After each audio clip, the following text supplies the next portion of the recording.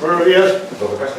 Bueno, como siempre, siguiendo con nuestra tradición, vamos a celebrar una conferencia que organiza Sofima en colaboración con nuestra federación, con FESOFI, y hoy tenemos suerte. Las cosas son así. Tenemos a Gaspar Gómez Llorente, que es un antiguo socio de Sofima, es académico de la Real Academia Hispánica de Filatelia e Historia Postal, sabe mucho de muchas cosas, pero sobre todo ha vivido experiencias interesantísimas. Como yo recuerdo una vez que le dije al que entonces era ministro del Fomento, José Borrell, refiriéndome a los filatélicos, digo, filatélicos vamos más al correo que los que trabajan en correos. Aquí se da esa simbiosis, las dos cosas. Ya un ex empleado de correos y estudioso e investigador ha sido también el responsable de la biblioteca del Museo Postal y ha escrito numerosos libros sobre la historia de las comunicaciones en sentido más amplio y del correo en particular y del ferrocarril también. Hoy nos va a hablar de una experiencia personal, creo, más que de otra cosa, y es que él ha sido ambulante del ferrocarril. Ambulante de correo. Gaspar, muchísimas gracias y gracias a ti. Bueno, voy a hablar de una experiencia personal relativamente porque me voy a remontar a mediados del siglo XIX y aunque no lo parezca todavía no había nacido, o sea, tampoco había nacido. Bueno, únicamente, bueno, para ponernos un poco en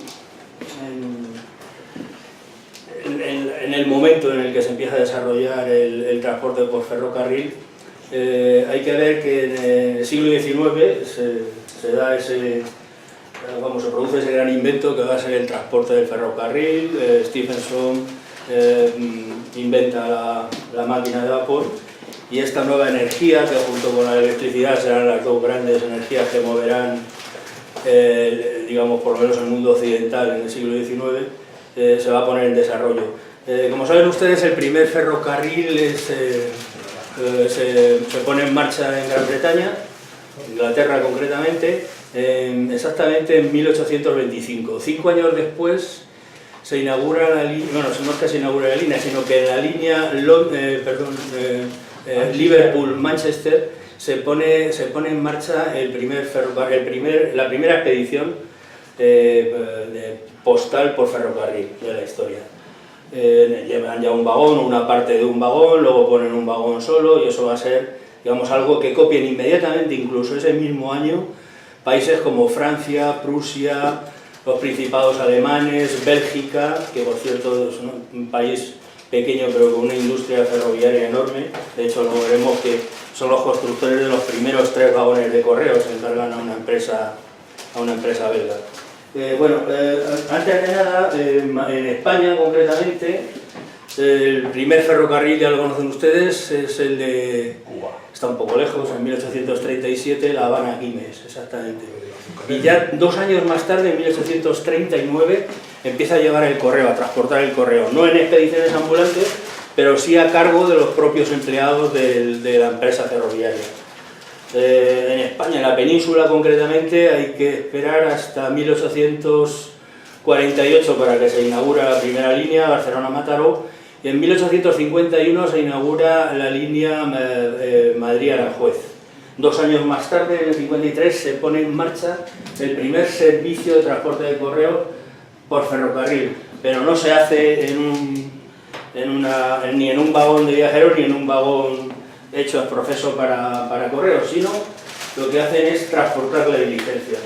Como veremos, no se transporta como aquí. Este era el sistema que se utilizaba en Francia y en algunos sitios europeos, le llamaban el encastrar, es decir, sacar la caja de la diligencia con una grúa y llevarla a la plataforma o vagón ferroviario o vagón de transporte de mercancías, que era esto. En España, concretamente, lo que se hace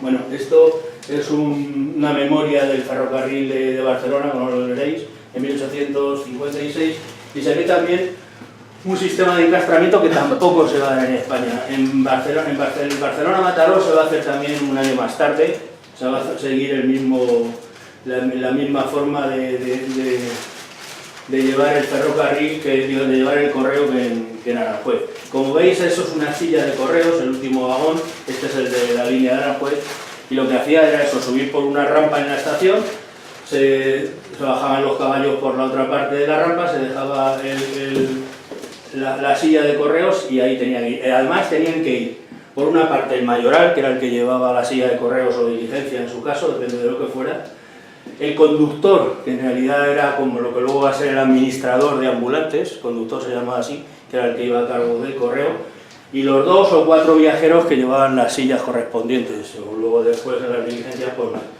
Esto, bueno, hay un montón de anécdotas sobre el tema que no vamos a pararnos, era un peligro enorme, ya sabéis que entonces no solamente salía humo y vapor, sino que también salían pues una serie ¿cómo se llama? De carbonilla incandescente, etcétera, que a veces provocaba incendios en los vagones, y de hecho a veces provoca, una vez por lo menos que sepamos, el incendio de la diligencia que iba arriba. De hecho se tienen que saltar, hay varios muertos, bueno, pero vamos, siguen en sus 13. Luego esto, digamos que es el interior, es una vista del interior de un coche correo en Francia, también un poquito más adelante, en la década de 1860, que luego lo iremos viendo un poco más adelante. Esto que os he puesto aquí es la situación del transporte ferroviario exactamente en 1861. Como veis hay muy pocas líneas. Aquí, espera, perdona, que todavía no le he cogido el tranquillo a esto. Ahora, aquí veréis que es la primera que se va a poner en marcha, exactamente en 1856, va a ser la de Madrid Mediterráneo, pero solo hasta, bueno, como habéis visto, se llevaba la diligencia hasta Aranjuez y tal. Luego se van a encargar a las compañías que en los propios vagones de los viajeros se transporte la correspondencia, y luego posteriormente se van a fabricar vagones concretamente a partir de 1856. La primera expedición que se hace es la del Mediterráneo, que solo llegaba hasta Albacete en 1856. Además, antes del último pueblo de Toledo, temblé que se desviaba el ramal que iba a Andalucía. Como veis, hay muy pocas líneas. En 1861 había empezado, ya lo digo, en 1848 a construirse las primeras líneas españolas.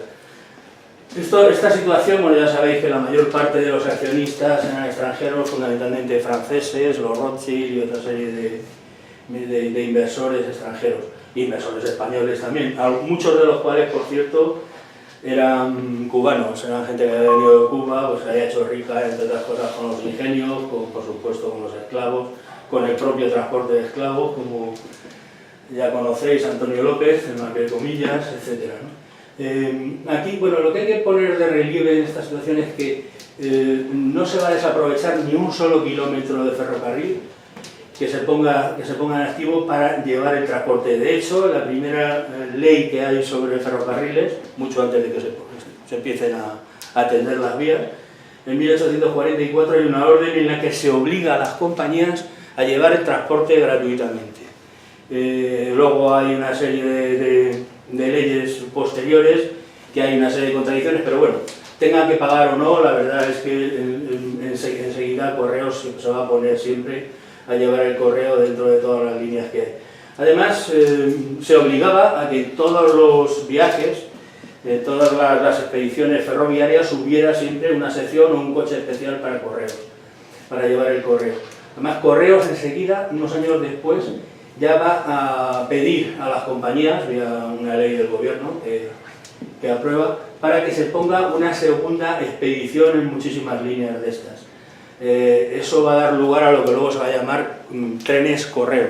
No confundir con los trenes postales, sino trenes correo. Trenes además que paraban absolutamente en todos los sitios. Yo creo que paraban incluso en medio del campo, como luego veremos, ¿no? O sea, vamos a pasar. Bueno, las compañías privadas, que eran todas, ya sabéis, entonces de ferrocarriles, tenían también, no la costumbre, sino que tenían la obligación de construir también, aunque la obligación era de Correos de aportar todos los vagones, cuando no había suficiente, ellos mismos construían estos vagones lo pagaban de su pico y luego se lo alquilaban a Correos. Esto es una foto de la década, creo que de 1860 y tantos. Está hecha en, no recuerdo ahora el sitio, me parece que es en Zaragoza. Este es uno de los correos de la línea del norte, lo pone ahí a la izquierda.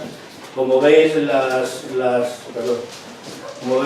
ruedas eran muchas ni siquiera eran de acero, eran de hierro volado. La caja, por supuesto, va a ser de madera hasta 1930. Todas las cajas van a ir todas forradas, luego veremos sobre todo las de correos, y cada uno lo que va a llevar. Generalmente en esta época se solían poner las oficinas, la parte de oficinas, porque esto siempre era un vagón mixto, claro.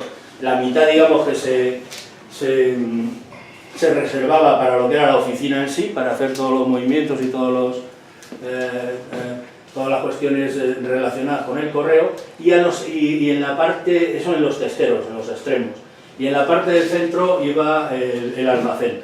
Luego esto posteriormente será siempre al revés, se pondrá la oficina en el centro y los almacenes en los testeros.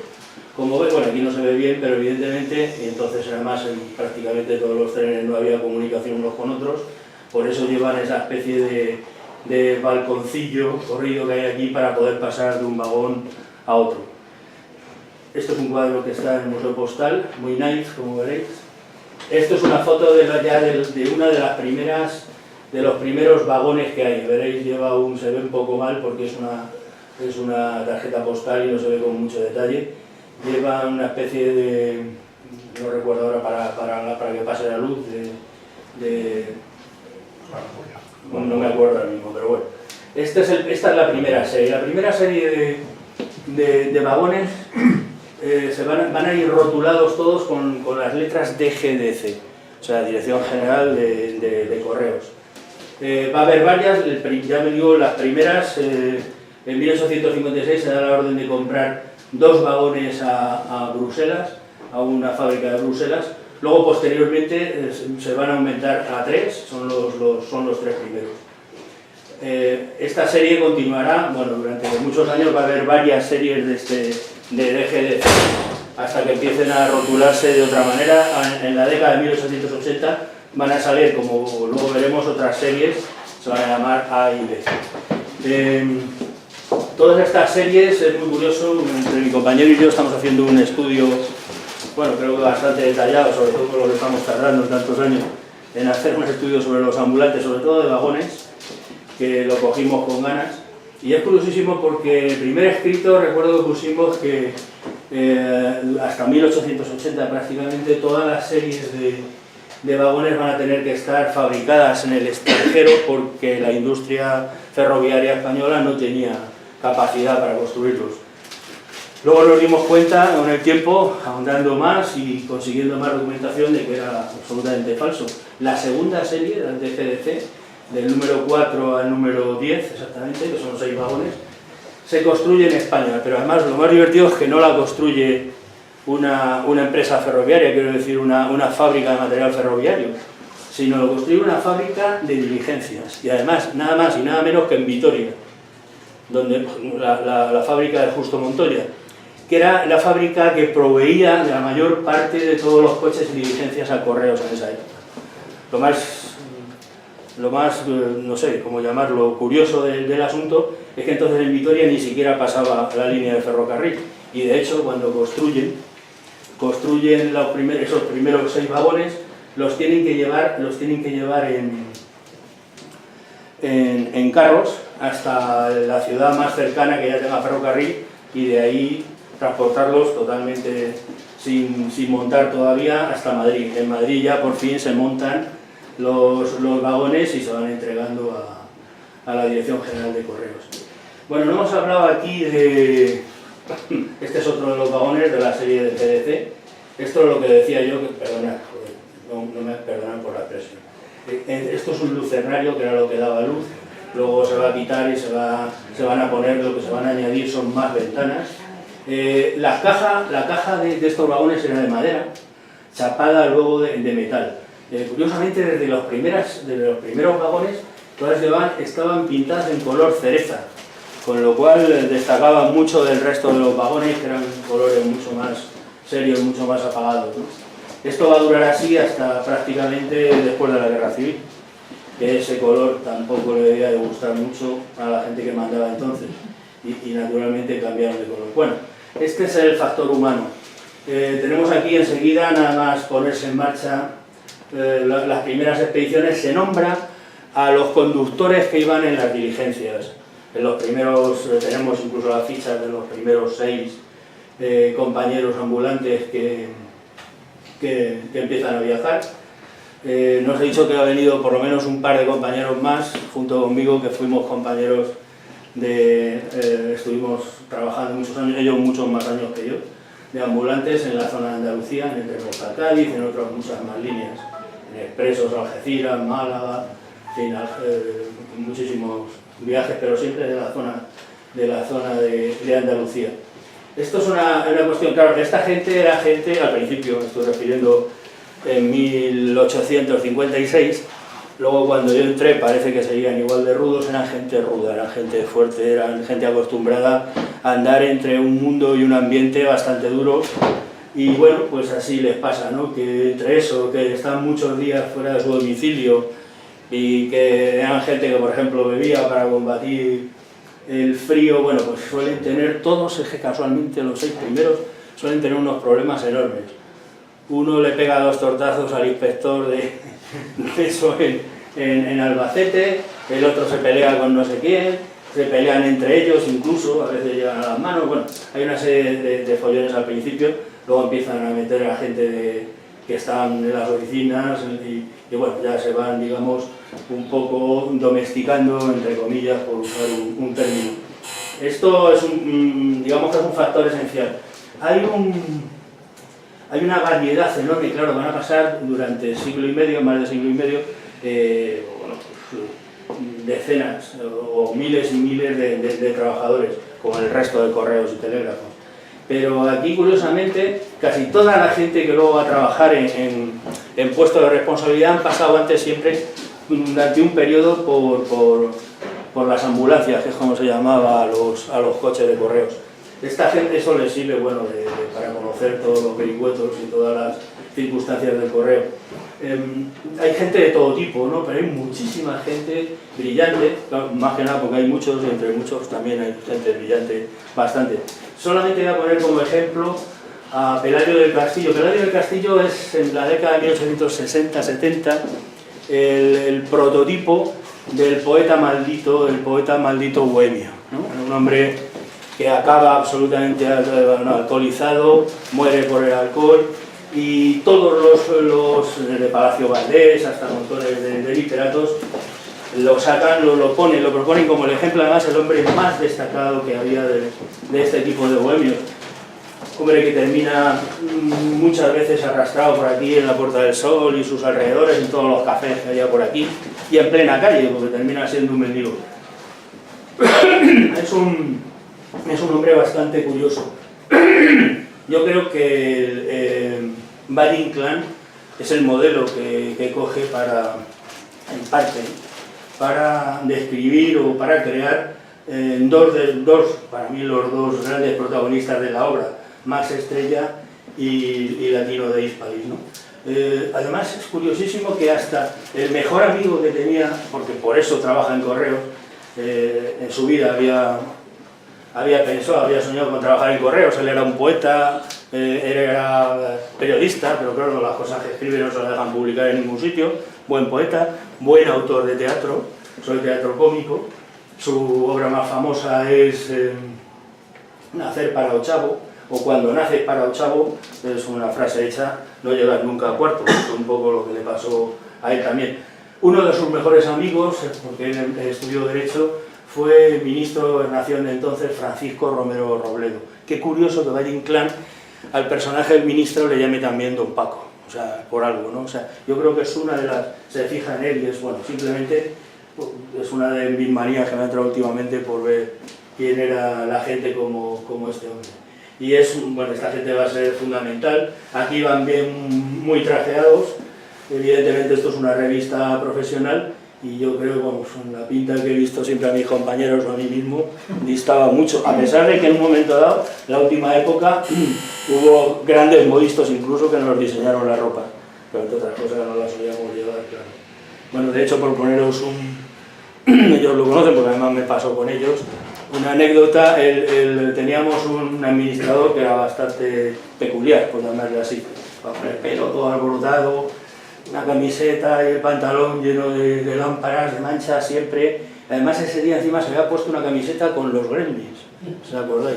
Recuerdo que bajamos, tuvimos que parar bastante tiempo en Alcázar de San Juan, según íbamos a Cádiz y nos dijeron que bajáramos a tomar café, que no era tiempo, entonces bajamos y había habido, resulta, una fuga, no sé si creo que en el puerto de Santa María, los presos, estaba la Guardia Civil haciendo su labor en todas las estaciones. Entonces entramos primero todos y él llegó el último. Claro, como entró en esa pinta, nosotros íbamos con la camisa de correo, por lo menos, pero él iba con su camiseta de Gremlins y ese aspecto tan peculiar, y entonces le pidieron la documentación y dice, no, es que soy el administrador del tren postal, como lo he dejado arriba. Y dice, bueno, ahí están mis compañeros que pueden decir, y se vuelven los guardias y dijimos nosotros no lo conocemos. Y bueno, os podéis imaginar lo que nos llamó, ¿no? Que todavía no lo recordarán.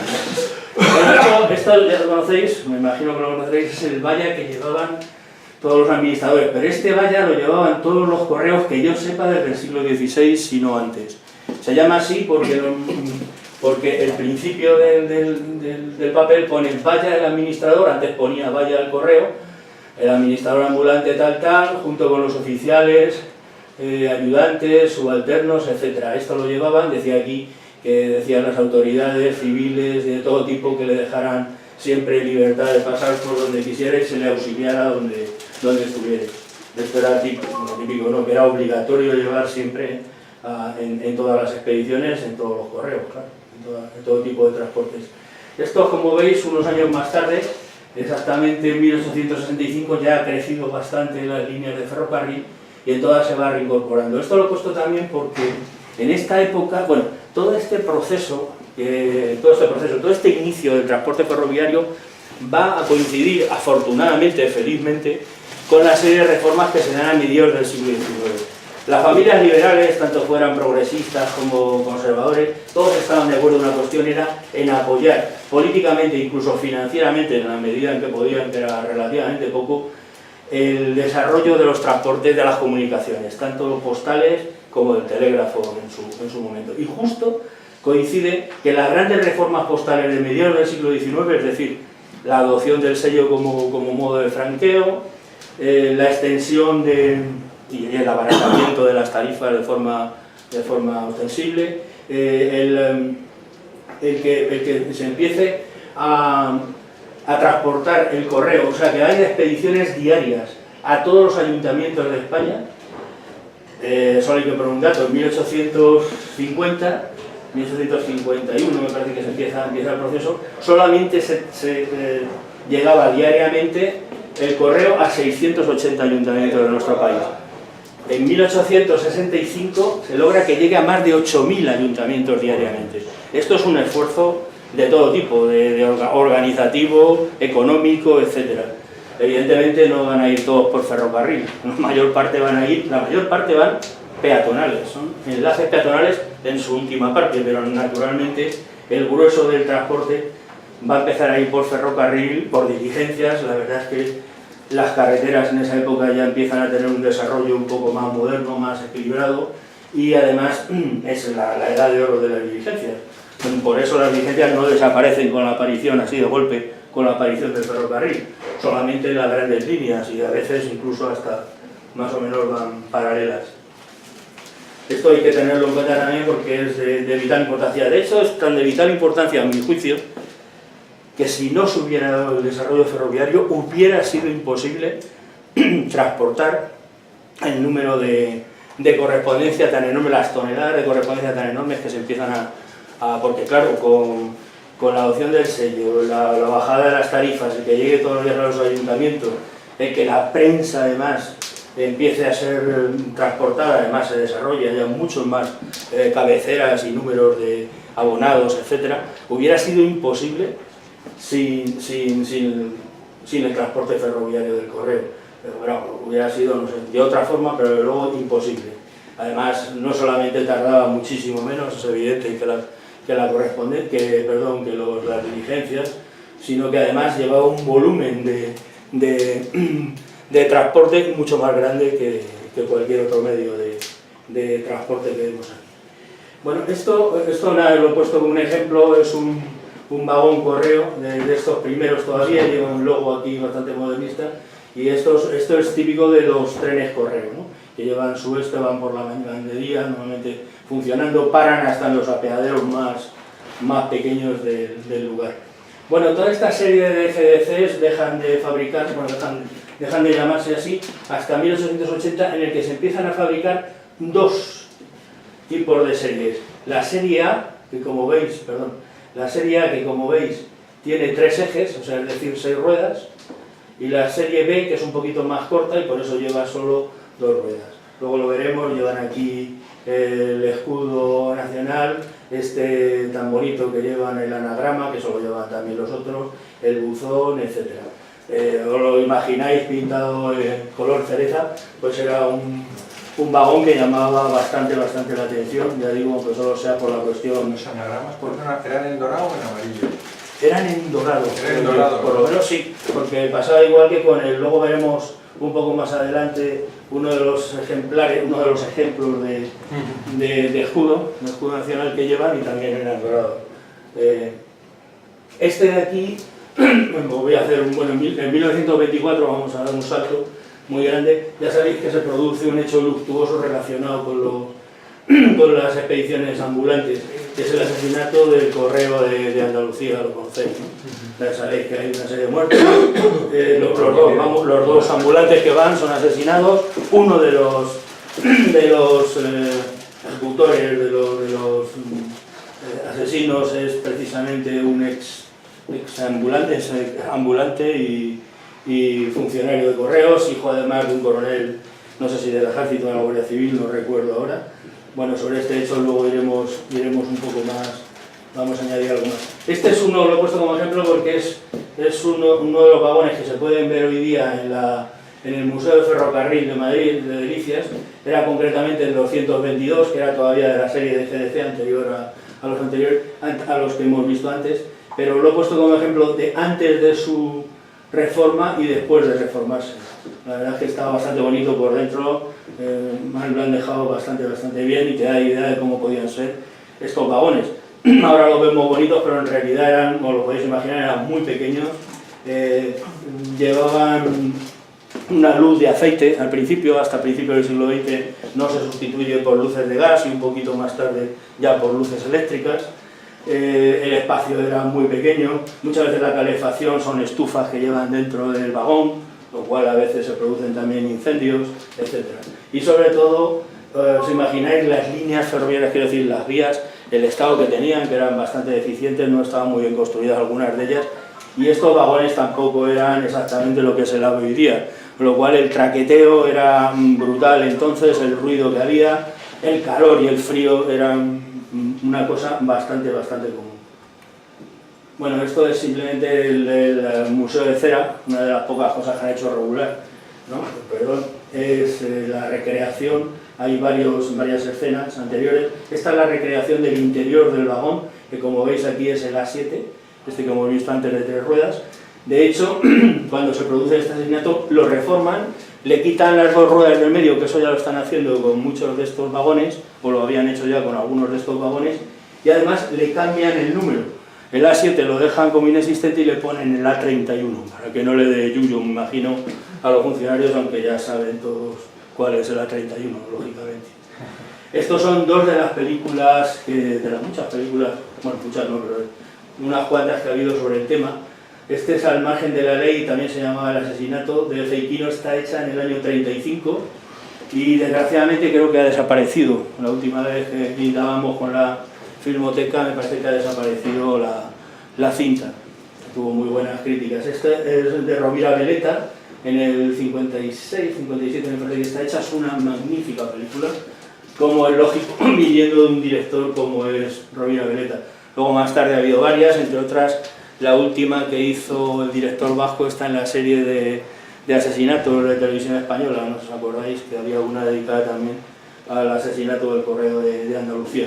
tuvo mucha repercusión, primero porque entonces el correo y los ambulantes eran una figura que aunque eran relativamente conocidos por muchas cuestiones, hay incluso una canción de la época, la niña de la estación, conocéis, empezaba así, empieza un recitado, volverán a esas oscuras golondrinas en su balcón subidos a colgar, pero aquel ambulante de correos, aquel no volverá. Y es la historia, ¿no?, de una chica que se enamora de un ambulante que tiene, hay un pequeño accidente fuera de la localidad y es ella que la cura. Bueno, es una historia de estas triste y típica de las coplas famosas españolas, ¿no? Y bueno, pues eran bastante conocidos y causa bastante conmoción lo que es este asesinato, ¿no? Bueno, sigamos con los coches, se van haciendo coches nuevos, este todavía desde de la serie DGDC. Este es uno de los modelos de escudo que llevaban los vagones. Este concretamente está ahora en el Museo Postal, en el almacén del Museo Postal, porque el almacén en el Museo Postal actualmente está provisional la exposición que tienen, más pequeño el sitio en Aravaca, y además está un pelín lejos, y bueno, pero bueno, ahí está si lo queréis ver. Ya, se empiezan a construir una serie de vagones. Antes habéis visto que el primero, que no lleva el anagrama de GDC, lo siguen llevando, pero en el otro lado empiezan a poner ya A o B y el número correspondiente del vagón. A partir de principios del siglo XX se construye el primero, que ya no va a llevar también otra letra, que es la E, pero no es porque sea la continuación de las vocales, sino porque van a llevar siempre la inicial a partir de entonces del director general de Correos. Entonces el director general de Correos era Carlos Espinosa de los Monteros y va a llevar la E como la inicial de su primer apellido. Los vagones van mejorando, pero siguen siendo todavía con la caja de madera y van mejorando poco a poco y añadiéndole pues todas aquellas adelantos de la industria ferroviaria. Ya desde la serie A o B, que se me ha olvidado comentaros, se empiezan a construir, porque después de estos de Vitoria, los demás vagones es verdad que se construyen en países extranjeros. Y a partir de la serie A y B se empiezan a construir también ya en las empresas españolas, fabricantes de material ferroviario rodante. No voy a entrar en detalle. Este sí que os lo he puesto, porque es como el anterior, para que lo veáis. Este es un JT. El JT son las iniciales, estamos ya en la época de la dictadura de Primo de Rivera, son las iniciales de José Tafur, que es el coronel que nombra director de comunicaciones, que lleva correos y telecomunicaciones, telégrafos también. Y entonces lleva sus iniciales, JT. Pero hacen otra serie un poquito más corta que que le ponen LC, Luis Castañón, que es el secretario. Y hacen justo también, ambos, una tercera serie de vagones, pero que en este caso no son vagones oficinas, sino solo vagones almacén, es decir, furgones. Y estos llevan las iniciales de los dos, T y C, con lo cual siempre hay algún gracioso que eso de llevar las iniciales juntas dice que era una cuestión de a lo mejor tenían algún rollo entre los dos. Es una broma tonta que naturalmente hacían, sobre todo, digo porque sale en alguna revista humorística de la época. Y yo creo que era típico, claro, lógico de la gente que está en contra que estaba en contra de la dictadura de Primo de Rivera entonces. Son vagones, bueno, que también llevan un avance bastante interesante, algunos de ellos, y bueno, ya por fin los siguientes. Este es un JT, un AN, lo veis aquí, que no se ve muy bien, pero aquí pone AN 35 y 36, son dos. Este es el 35. Este es el último, mejor dicho, que va a llevar las iniciales de un director de correos. Se construye ya en plena Segunda República, al principio, en 1931, y va a llevar las iniciales de Alfredo Mistal. Alfredo Mistal es el primer director de correos que es a la vez funcionario del cuerpo, funcionario de correos. Es todo un personaje, un hombre muy preparado, militante del PSOE, digamos, del ala más izquierdosa, de la más de izquierdas, perdón. Y bueno, va a tener muchísimos follones. En el 34 es uno de los organizadores de la famosa huelga del 34, detenido, luego va a ser puesto en libertad después de las elecciones ganadas por el Frente Popular, pero vamos, ya no va a volver como director de correos. Y al final, bueno, se va a hacer cargo cuando estalla la guerra civil de las comunicaciones de Asturias-León, norte de León. Luego de ahí va a pasar a Valencia y me parece que le nombraron subsecretario del ministerio. Va luego al exilio a México cuando acaba la guerra y muere aquí precisamente porque vuelve unos años antes en la residencia del Pilar, que es la residencia de los funcionarios de Correos, en un pueblecito de Madrid. Bueno, este vagón ya es como el anterior, no, todavía es de madera, pero forrado, como los anteriores.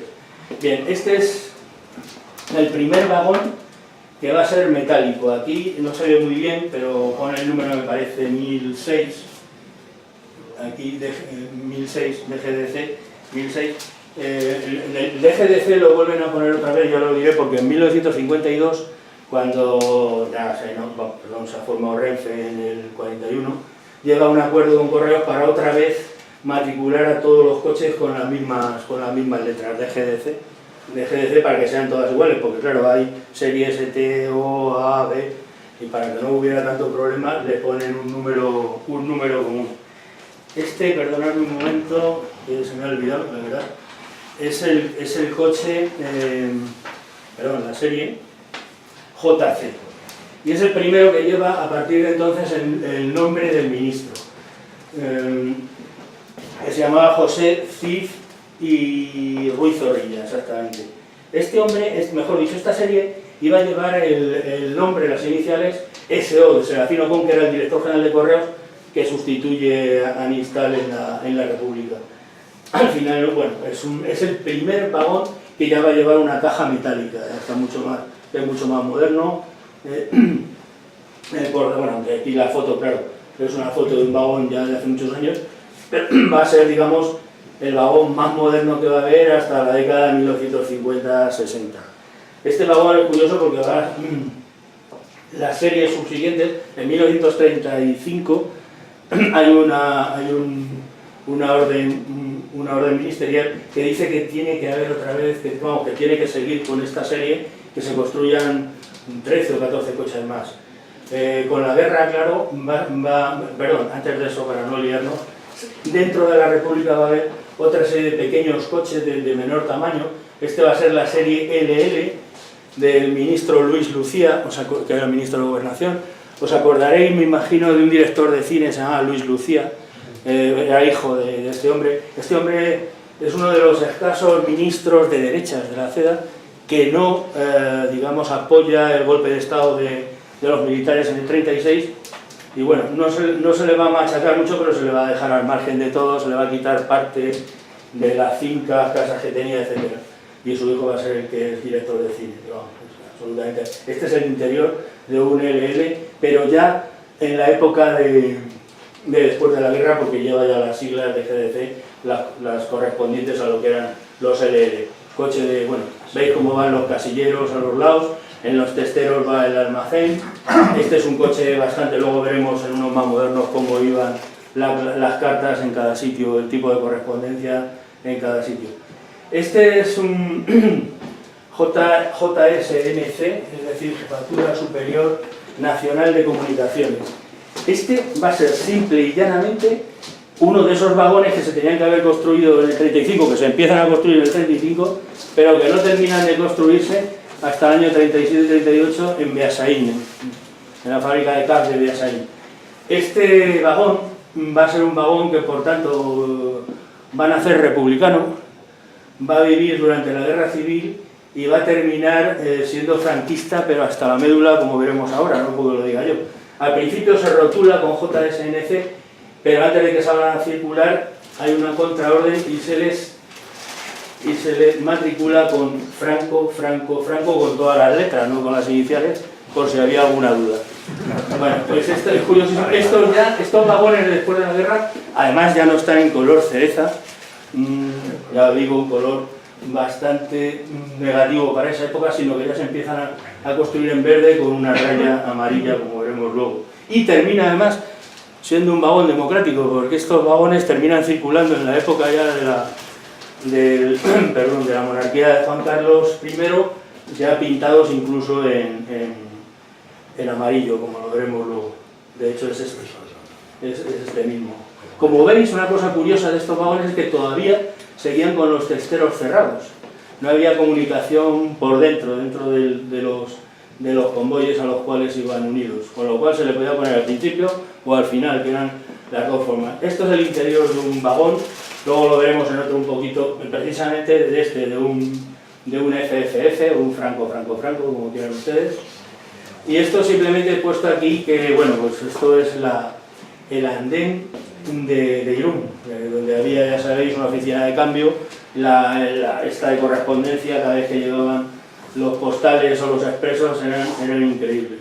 Voy a poner para hablar luego de ello. Esto lo he puesto simplemente como una anécdota, es una fábrica, en la fábrica de CAF, me parece que es donde se están fabricando los primeros ya vagones más modernos, que van a ser las series 1500, 2000 y 3000, que veremos ahora. Esta es la serie 1500, nuevecita, de fábrica. Esa foto, de hecho la foto está hecha en la fábrica, y toda la serie de vagones son 1500 todavía sin haber empezado a trabajar. La serie 1500 es una serie mucho más moderna. Bueno, llevan bujes, pero como lo llevaban ya todos los anteriores desde la década de 1930, empiezan ya no llevan cuatro ruedas de dos ejes, sino que llevan ya los bujes, cada uno de ellos con 4 ruedas, lógicamente. Este es el interior de un 1500. Como veis, mirad, aquí en la esquina, esta era la esquina del administrador.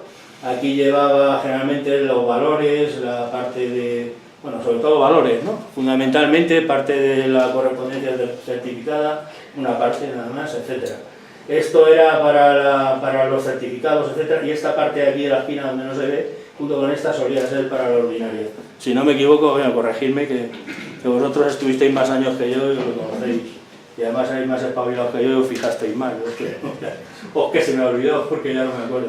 Bueno, ya por supuesto las luces en esta época eran todas eléctricas, incluso un poco más tarde en algunos sitios hay hasta aire acondicionado, en pocos de ellos.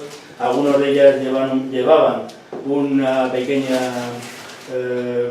pequeño frigorífico aquí en esta parte de aquí, aunque esto de aquí concretamente no, porque es el lugar donde se recibía la correspondencia de los buzones que había en el exterior del eje. Bueno, esto es un 1500 también de la parte exterior, pintado todavía de verde. A partir de 1977 se van a empezar a pintar todos en amarillo, de forma gradual. Luego lo veremos. Este es un 2000, que es un pelín más grande, es de la misma época, de 1805, finales de la década de 1850, principio de la década de 1860. Son los vagones que se van a construir digamos un poco en función de las famosas leyes de desarrollo económicas, ¿no? de los planes de desarrollo económico, perdón, que se daban, y que intentan que esa falta de vagones que siempre ha tenido el correo durante este siglo y medio fuera lo menos posible. Esto es el mismo vagón, os lo he puesto en el Express, es un 2000, este de aquí, como lo veis, y esto ya es una foto también de un 3000. Una foto lo he puesto porque es una foto muy bonita de Chema Arenales, un compañero nuestro de Valladolid, que era también ambulante y que era un buen fotógrafo y hacía fotografías muy bonitas. Os lo he puesto como ejemplo de lo que era el 3000. El 3000 además acanalado, que es la última serie de 3000 que hay, que viene con una serie de mejoras sobre los siguientes y tal. Este es otro 3000. Esta es la serie 3000, digamos que es la última de los vagones postales fabricados por correos. Dentro de esta serie también se van a dar unos que van a salir unos pocos, 15 o 16, que van a ser el 3100 al 3116. Estos vagones simplemente son 3000 que están un poco reformados y adecuados para que puedan viajar en los expresos a más de 160 km por hora. Curiosamente se fabrican y luego, más curiosamente todavía, estas cosas extrañas que pasan, terminan yendo a Sevilla y desde allí se distribuyen generalmente solo van a funcionar por Andalucía, no sabemos por qué. Estas cosas extrañas, antes no hemos hablado de las series A y B. Las series A y B tardan del orden de 4 o 5 años desde que terminan de fabricarse hasta que empiezan a funcionar, cuando había una demanda enorme de vagones de correo, ¿no? Pues esto se da así por dos cuestiones. Una, porque parece ser que llevaban algunos defectos de fabricación y Correos pide a los fabricantes que los subsanen, y por otra, según algunas de las publicaciones profesionales de la época, dicen que era porque tanto el director como el secretario estaban ligados cada uno por su cuenta con dos de las grandes empresas, que serían Norte y MZV, de ferrocarriles de la época. Y entonces, claro, estas empresas ponían vagones, ponían furgones, ponían todo eso, pero cobrando una cantidad bastante grande. Y decían que ellos llevaban una mordida. Eso, cada uno que lo mire como sea, desde luego no los acusaron nada más que en los periódicos, desde luego, no fuera de los periódicos. Este es un 3200, que es simplemente uno de las series 3000, pero un poquito más pequeño, es como si fuera otra vez el 2000, pero fabricado un poquito más tarde, cuando ya se están fabricando los 3000 con las mismas características, solo que un poco más pequeño de longitud, bastante más pequeño, parecido al 2000 más o menos. Y estos son los furgones, como veis aquí no llevan las ventanas son superiores, no hay nada que puertas grandes para cargar y descargar, porque aquí solamente llevan la correspondencia, no hay oficinas dentro. Estos hay dos, sobre todo hay dos series, aparte de esa famosa del TIC, que se fabrica en 1920, y van a ser una de 16 y el otro de 30, de 30 vehículos que se construyen también, junto con estas series de 1500, 2000 y 3000. En la década, ya digo, entre los finales de los 50 y casi los 70. Esto ya son fotos las he puesto otra vez de Arenales. Esto es un furgón postal pequeño, el anterior era uno de los largos, y estos son los mismos furgones pero ya pintados de amarillo, que parecen otra cosa. Y esto lo he puesto porque pone estado, el estado es lamentable, fundamentalmente del vagón, pero esto eran también una serie de compañías que no habían pasado a formar parte de Renfe en 1941, y el Estado se hace cargo de ellas. Eran compañías que tenían como lo digo, sus itinerarios con el ancho ibérico, pero eran compañías privadas porque tenían pequeñas, ¿cómo se dice? Concesiones. Sí, concesiones. Y luego, sin embargo, en esta época todavía siguen existiendo compañías privadas, todas las que no tienen el ancho ibérico, que son de ancho pequeño, de vía estrecha, vamos. Los FEDE, los que luego van a pasar a ser FEDE. Esto, por fin lo he puesto como ejemplo también de que las compañías ferroviarias, esto ya es la época de Renfe, pero proviene de una compañía de las privadas, concretamente de MZV, construían estos furgones mixtos. La mitad eran para equipajes y la otra mitad era la oficina de correos. Pues hay muchísimos, bueno, el listado puede ser para aburrir. Y esto simplemente os he puesto una foto también de a partir de 1861 las compañías estas privadas empiezan a quitar muchísimos de estos itinerarios, de estos trenes que tenían trayectos pequeños. Entonces va a empezar a aparecer aquí todo lo que va a ser el transporte por carretera en sustitución del transporte por ferrocarril por parte de correos. Esto lo he puesto como ejemplo de un accidente, que ahí hace falta ser burro para haber aparcado tan mal el vagón, y lo he puesto simplemente como un ejemplo para no poner los otros que son más tristes y más dolorosos. Aquí parece ser que no hubo nada heridos leves y por eso lo he puesto. Pero eran también bastante comunes. Durante el siglo XIX y la primera mitad del siglo XX, luego también después, desgraciadamente, los accidentes de ferrocarril eran bastante numerosos. Y hubo numerosísimos compañeros nuestros que perdieron la vida y otros que tuvieron heridas bastante graves, con el añadido de que entonces, digamos, pues la seguridad, digamos que la capacidad económica quedaba mermada porque no había el tipo de medidas que hoy existen para estas cuestiones. Generalmente la gente acudía generalmente a trabajar, que eran los ambulantes, otros acudían a última hora para depositar las cartas en el buzón, y otros que eran las autoridades pues para hacerse la foto. Aquí ven ustedes que era el ministro de Gobernación, Garicano Goñi, y aquí al director general de Correos, ¿cómo se llamaba? Perdón, que fue el último ministro de Información y Turismo del franquismo, que es tío de un amigo nuestro de aquí, se me ha olvidado el nombre. ¿Eh? No. No, este decía que no era franquista, lo digo en broma. Pero vamos, un hombre que hizo, la verdad es que hizo bastantes reformas, sobre todo en cuestiones que eran de cajón, ¿no? Por ejemplo, implantó de verdad el descanso dominical en determinados sitios de correos, permitió que los ambulantes dejaran de viajar en Nochevieja y Nochebuena, cuestiones de ese tipo que eran fáciles de hacer y no pasaba nada, y en esas cosas era bastante inteligente y sí que hizo determinadas cosas. Esto es el interior de un vagón de correos, pero de vía estrecha, y luego reformado, claro, está todo recién hecho, de los de Febe, exactamente, las líneas que llevaban, alguna línea de Febe que llevaba este tipo de vagones. Esto lo he puesto como todavía, veis aquí que hay un calefactor de carbón y de leña todavía dentro del vagón, que es este, es el mismo. En uno de estos concretamente he viajado yo una vez en la línea de Baeza Estación, Madrid-Baeza Estación, que íbamos en el rápido de Cádiz por la mañana, el que bajaba. Se me ha olvidado decir desde el principio una cosa importantísima. Todas las líneas que salían de Madrid llevaban en sus matasellos, etcétera, y en su documentación la palabra DSC, descendente. Y todas las líneas que subían, por ejemplo, de Cádiz, Algeciras, Málaga, hacia Madrid, o de Bilbao, Madrid, de cualquier sitio, de Barcelona, Madrid, llevaban la línea ascendente. Esto va a ser una... ¿Sobre esto te hacemos preguntas ahora o al final? No, bueno, como queráis. Sí, pero pues, me imagino que, si no me lo haces luego, había otras líneas que eran transversales, con lo cual no era cuestión de Madrid. Siempre se ponía, generalmente, lo establecido por la ley es que se pusiera descendente partiendo del punto donde vivían los ambulantes. La cabecera de la línea se situaba siempre en el sitio donde vivían los ambulantes. ¿Está escrito?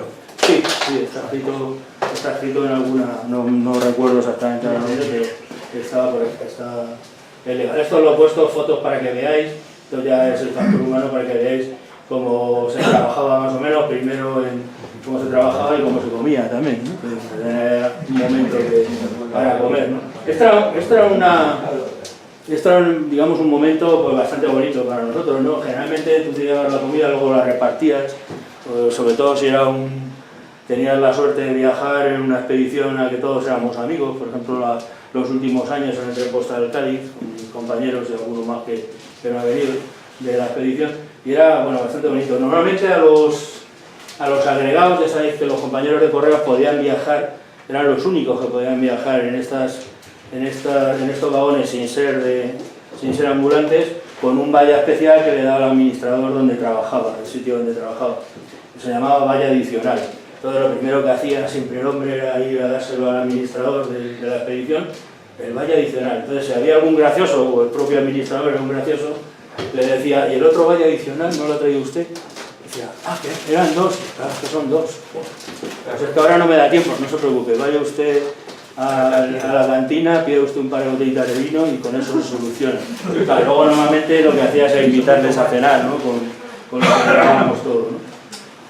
Bueno, estos son fotos de compañeros, concretamente estos son de la zona norte, los que viajaban a Hendaya. Hendaya era el único tren postal que estaba concebido como oficina de cambio en sí mismo. Cuando llegaba a Hendaya, cuando llegaba a la frontera, se desenganchaba el vagón oficina y los furgones que fueran a entrar y entraban hasta Francia. Solo iba el administrador y solo por andar 150 metros en ese, tardabas una hora en ir y volver, hacer los trámites y volver, ya cobraba dieta internacional, que era como 2 o 3 veces la dieta normal. Era un puesto que estaba bastante buscado. ¿Y la de Barcelona no pasaba lo mismo, la de la Tour de durante un tiempo sí, durante un tiempo no, pero vamos, sobre todo el este era el de Hendaya. Otro también curioso es que iba me parece que era el de Barcelona, tenía la velocidad del Express. No, perdón, era el de Levante. El Levante además, bueno, me he olvidado deciros que los trenes postales se empiezan a formar desde 1972. Quiero recordar que el primero de ellos es el de lo diré, el de Barcelona. No, perdón, el de Andalucía es el último. Perdonad, es que estoy un poco liado ahora. Es que ya estoy un poquito mayor, ya se me olvida. Los trenes postales, perdón un momento. Sí, los trenes postales, el primero es el de Barcelona, en 64, perdón. En 1969 es el de Hendaya-Bilbao, en el 70 el Asturias-Galicia y en el 72 el de Levante y el de Andalucía. El de Levante es curioso porque el de Levante, o sea, todos los demás van a seguir los expresos, o sea, puede haber vamos, sale diariamente de Barcelona y de Madrid el tren postal, pero a la vez los expresos llevan cada uno de ellos su oficina de correos, su furgón, etc. Menos en el de Levante, que se quitan todos los expresos, se quitan los vagones correo a los expresos y solo van los postales, exceptuando a partir de un año, a partir del 80 por ahí, donde otra vez, concretamente solo en uno de ellos, en el de Cartagena, el Express Cartagena, se desengancha del tren postal y va a ir otra vez por el Express, llevando dos vagones además, dos vagones de oficina, uno que se queda en Murcia y otro que continúa hasta Cartagena, hasta el final. Bueno, esto lo he puesto simplemente como ejemplo de una mujer ambulante. Las mujeres al principio tenían bastante difícil, bueno, por ley no podían trabajar en los servicios ambulantes, se las empieza a permitir a trabajar en líneas diurnas, que no sean por la noche, y al final, los últimos años, ya van a viajar a cualquier sitio y sin ningún tipo de problema, como podemos observar. Estos son dos compañeros, os lo he puesto simplemente. Este es el compañero, el subalterno, que lo que está haciendo, además es un amigo nuestro, Fonseca, que luego lo veremos porque este va a viajar en la última expedición de una expedición que se da ambulante por ferrocarril que se da en España, que es en el Málaga, en el Express Málaga. Es un compañero que está en el sitio que debe estar porque es el administrador, que está en esta esquina y está aquí trabajando. Lo he puesto un poco para que veáis. Esto lo he puesto un poco como ejemplo. He dicho que no iba a hablar nada porque no tengo ni idea además de marcas postales de los vagones, pero bueno, eso sería para otra charlada o por un especialista. Os he puesto dos fotos de dos administradores, los dos de Hendaya. Uno de ellos está trabajando con valores, con cajas de valores, ¿verdad? Valores declarados, estas cajas de madera que van sin esquinas, curiosamente con el lacre, etc. Está lacrando incluso, veis una saca que tiene una mugre increíble, debe ser para que no las abran, ¿no? Digo yo, que las llevaban así, pero bueno. La verdad es que este tema de la mugre de la saca es un tema que no está muy bien cuidado por correos hasta ya metidos ya en los años democráticos, son las huelgas, etcétera, que hay, que una de las primeras cosas que se piden es que haya un poco más de higiene, y eso se consigue. Afortunadamente ahora lo que llevan son estos contenedores, la mayor parte, sacas hay muy poquitas, de avión nada más en algunos lugares, pero la mayor parte de ellos son de estas cajas de plástico, y bueno, además trabajan, no sé si habéis visto el CTA de Vallecas, vamos, parece, no sé, no hay ni una brizna ni un papel en el suelo, es increíble. Lo digo porque nosotros empezamos trabajando en la sala de batallas de Cibeles, y bueno, las condiciones de trabajo eran tirando a malas, por no decir fatales. Esto es otra foto también de los chavales del norte. Habéis visto las sacas como iban colgadas con unos ganchos de hierro. Estas eran las etiquetas, estas son de ordinarias porque son blancas. Estas etiquetas también, sobre todo unas que estaban plastificadas, las de certificados, etc., se utilizaban mucho en las botellas de vino para poder beber así a morro sin mancharse,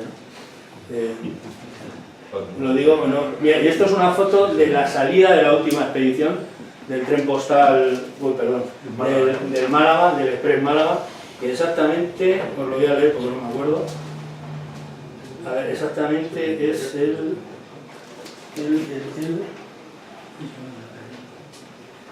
ahora sí exactamente es en 1993, el mes no me acuerdo exactamente. Bueno, me he dejado muchísimas cosas en el Estos son fotos de, bueno, aquí lo he puesto porque se ve también para hablar de la gente de carga y descarga de las estaciones. Este es el maletín, que antes había también, este es el cesto que llevan todos los ambulantes. Luego los más modernos, en vez de cesto, llevamos petates de estos del ejército. Esto es una foto de Chamartín. Y esto es una de las pocas filatelizaciones que ha tenido el servicio ambulante en nuestro país.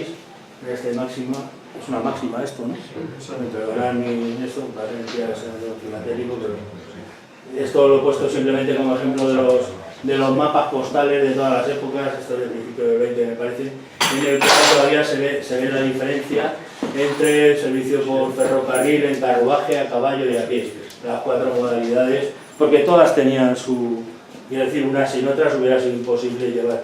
Esto lo he puesto, estos son los carros famosos de las diligencias que llevaban el correo de las administraciones a las estaciones, generalmente, concretamente de Bilbao. Este de aquí, este es el carro que lleva a las estaciones Esto está hecho a finales del siglo XIX, principios del XX, no, perdón, ya hasta principios del XX, será cerca de 1918, que es cuando este sitio deja de ser la Dirección General de Correos. Esto, como veis, es la parte de atrás de la Casa de Postas. Esta es la calle de la Paz, esta de aquí que no se ve es la calle del Correo, en esta placita, aquí donde está lo que queda de la fachada del Teatro Albéniz, desde 1868 hasta 1918, que se va a Cibeles, es donde va a estar la Dirección General de Correos. Esta es la fachada posterior, la fachada anterior da a la calle Carretas, y va a estar ahí durante muchísimos años la Dirección General de Correos, cosa que se suele ignorar. Lo he puesto porque además este tipo de coche es muy bonito, y luego están los otros coches que vienen a por los periódicos, etcétera, que lo veis aquí, y que son algunos de Correos también. Este concretamente es de Mundo Gráfico, lo veré por aquí. Este es el de Correo, bueno, hay varios, unos son de Correos y otros son de... Estos, por ejemplo, son del patio ya de Cibeles, pues probablemente un par de años después de la foto anterior, y estos son todos ya de Correo, que son del transporte de Correo a estaciones. Y estos son pues formas diferentes de llevar el correo de las administraciones a las estaciones y al revés. Esto es de un pueblo, me parece que es Villacañas, sí, este primero, Villacañas. Este es el furgón típico de los años 60, este es anterior a la Guerra Civil, bastante anterior, de los años 20, y este es el coche Tilbury que se llevaba, dice aquí, para llevar la correspondencia de la administración a las estafetas. Pero cuidado, las estafetas no eran las oficinas de correos, sino esos lugares donde se podía dejar tu carta para que el cartero que vivía en el barrio la llevara a la Puerta del Sol, a la administración de la Puerta del Sol, o a la casa de postas que está luego en Correos allí, o a ese edificio que hemos visto de la calle Carretas y la calle de la Paz. Eso existe justo hasta que empieza el correo a ponerse los primeros buzones en Madrid, que es en 1853 con lo del correo diario de Madrid, etc. Ese servicio está desde finales del siglo XVIII hasta 1853, y este era el carro que lo llevaba. Le faltan, creo, unos cascabeles que creo que daban un ruido colosal, pero era para que la gente se quitara del medio, porque ya sabéis, la parte de tráfico y la parte peatonal. Esto lo he puesto también como ejemplo de las primeras conducciones por carretera. Y esto simplemente otros métodos del transporte aéreo. Esto es, bueno, al principio de los años 20, esto es ya el de la LAPE, que no se lee muy bien, aquí, y esto es el transporte por esto. Luego ya el transporte moderno, os he dicho, a partir de, sobre todo, antes, a las finales de la década de 1980, empieza a llevarse ya por carretera, fundamentalmente mucho más que por vía aérea, aunque la vía aérea todavía existe, por aviones, etc. Y esto ya es un modo de transporte para las ciudades, además son eléctricos, tanto las motos como los coches, para la parte sobre todo de las ciudades históricas, etc. Esto lo he puesto, es un documental que es una obra de arte, en 1936, está hecha por la General Post Office, es decir, por el correo, que tenía una productora, no que tenía, que tiene una productora de cine, que además luego después de la Segunda Guerra Mundial produce muchísimas películas comerciales, normales, y al principio, a partir de 1935, empieza a hacer una serie de documentales. Este concretamente de Night Mile está considerado una obra de arte en todas las historias de cine, y lo que os he propuesto es el año que viene pues ponerla aquí, porque dura poco, 20 y tantos minutos, y luego hacer una charla entre todos. La música es de Britten, acaba de estrenar en Madrid, estrenarse en Madrid, dos óperas de él, que es uno de los grandes compositores británicos, y la letra ni más ni menos que de Auden, del poeta este maldito, que está aquí, por cierto, conduciendo ambulancias en la Guerra Civil, termina hecho polvo, se va a Inglaterra, tiene que irse a Estados Unidos, bueno, etcétera. Un nombre muy, muy peculiar, uno de los grandes poetas del siglo XX en lengua inglesa. Y se nota en el texto, ya lo leeremos porque viene en inglés, aunque no hace falta porque es un poema que durante parte del se va leyendo, y la música es preciosa, una música moderna o decafónica, etcétera, muy bonita. Bueno, si os parece bien, el año que viene lo haremos. Esto es Propuesta aceptada. Vale.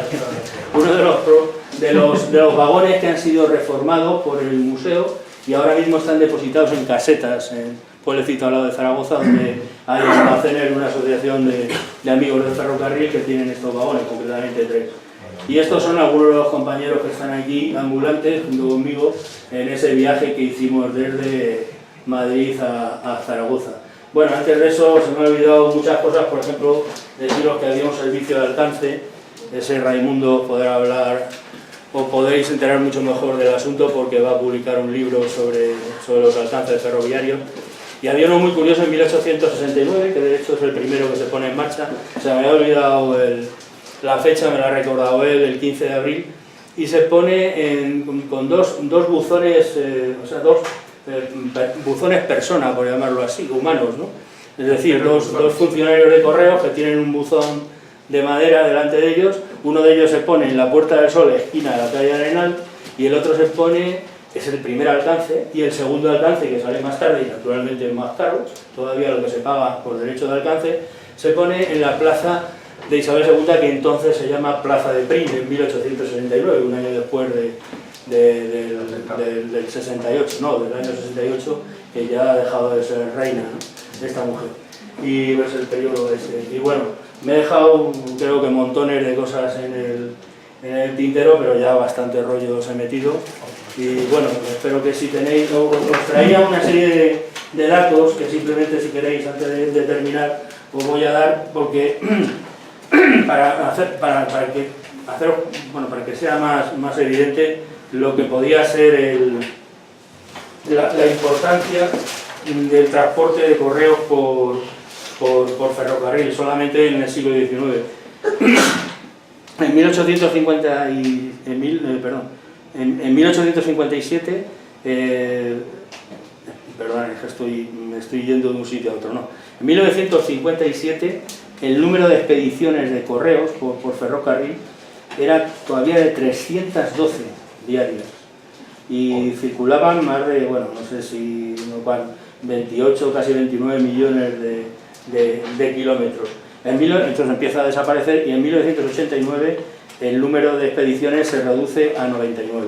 Luego, por otra parte, en 1851 había una expedición que recorría 28 kilómetros y medio, Madrid-Aranjuez, y en 1930 había 332 expediciones que recorrían 75.000 kilómetros. Podéis imaginar que esto es lo que hace posible que la aventura del correo y esa multiplicación exponencial que tiene el correo a partir de mitad del siglo XIX sea posible, porque sin esto hubiera sido imposible. Bueno, y muchas gracias. Nada más.